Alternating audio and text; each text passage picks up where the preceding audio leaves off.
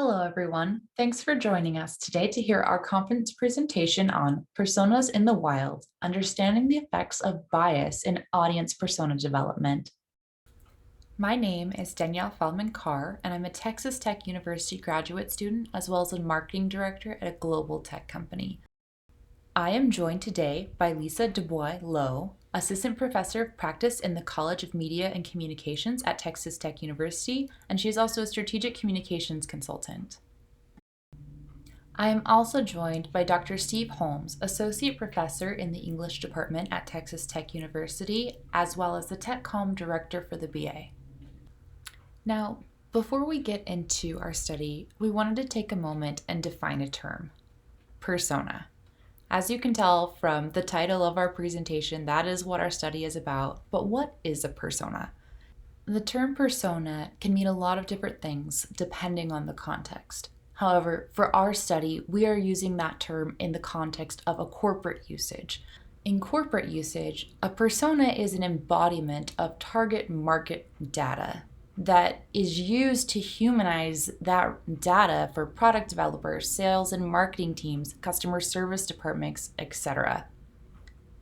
By taking this raw data and making it something that internal teams can relate to more easily, it allows companies to create an empathetic connection between the internal teams creating the products, creating the services, creating the campaigns, making the sales, and the external audience that they're trying to connect with.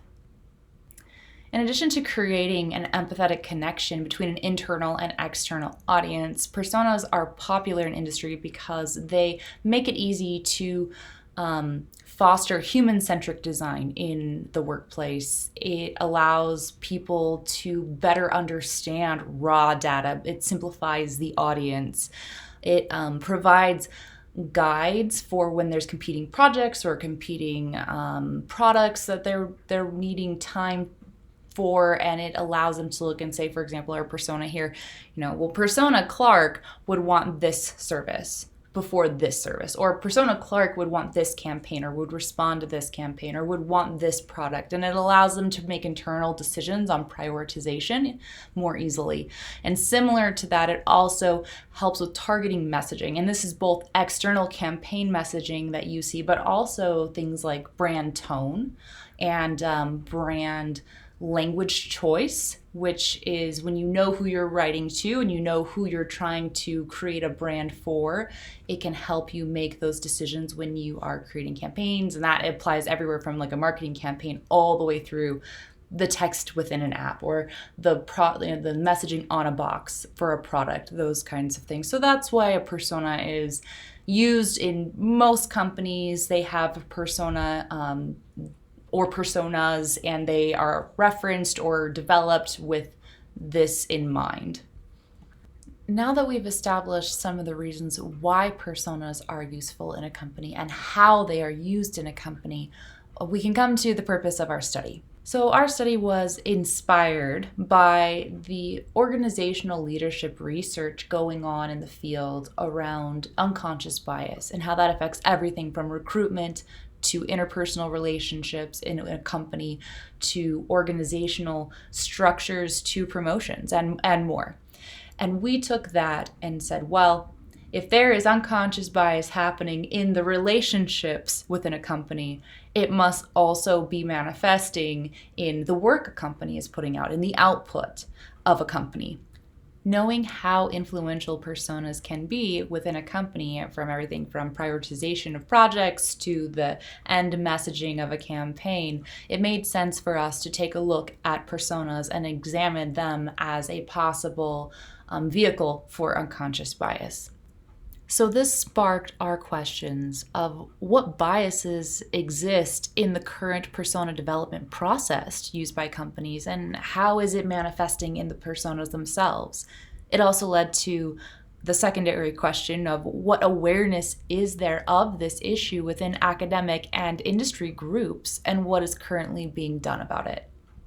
So Dr. Holmes is going to talk for a minute about the conversation going on around this in the academic field of technical communication. And then Professor Bois Low is going to talk about our study and how the methods that we used and how we got to the research that we did. Among others, there are two primary scholarly conversations that our presentation engages. First, our findings help extend work that conceptualizes embodiment in buyer persona research.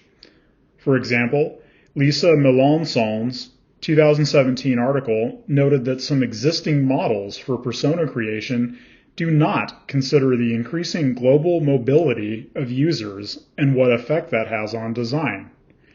However, our findings highlight an additional need to theorize embodiment in terms of ethics and politics more broadly.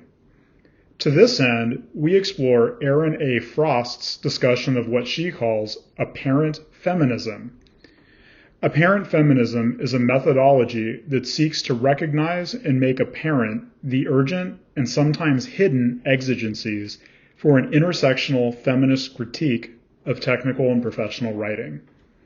Importantly, Frost's ethical framework can help our study shift from data analysis to enacting forms of intervention. And that brings us to our methods and data sources. We developed a survey with a mix of qualitative and quantitative questions of approximately 20 to 30 questions per respondent after qualifiers. Our survey tool, we use Qualtrics. Our data sources was a propulsive sample of 15 professionals in a variety of sectors to participate in an anonymous survey about their experiences with persona creation and usage. These contacts were used to collect a snowball sampling of others with a total of 35 responses collected. Now, those 35 responses came from companies like Snap AV, Dell, Public Relations Society of America, Facebook, United Way, Southwest Airlines, Microsoft, McDonald's, the Institute for Public Relations, and the author of Spin Sucks. So a variety of sectors were represented in the actual responses. Our distribution also included being directly emailed to each of the 15 professionals with a prompt to share that with others. And that's where the snowball sampling came in. These were also posted on social media such as LinkedIn, Facebook, and Twitter to attract even more responses. The early review of the survey results showed that unconscious bias is indeed playing a role in persona development, and we're excited to talk about that in more detail at the conference, as well as talk about the levels of awareness that the internal teams demonstrated when they were responding to our survey around unconscious bias in development.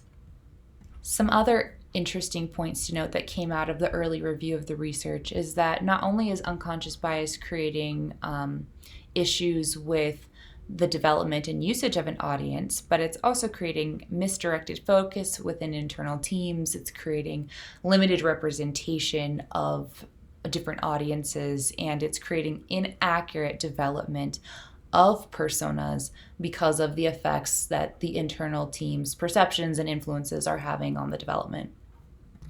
And so we look forward to doing a deeper dive into these survey results at the conference and talking with you all about the implications of these results, as well as the awareness levels of the respondents around unconscious bias in their persona development and usage.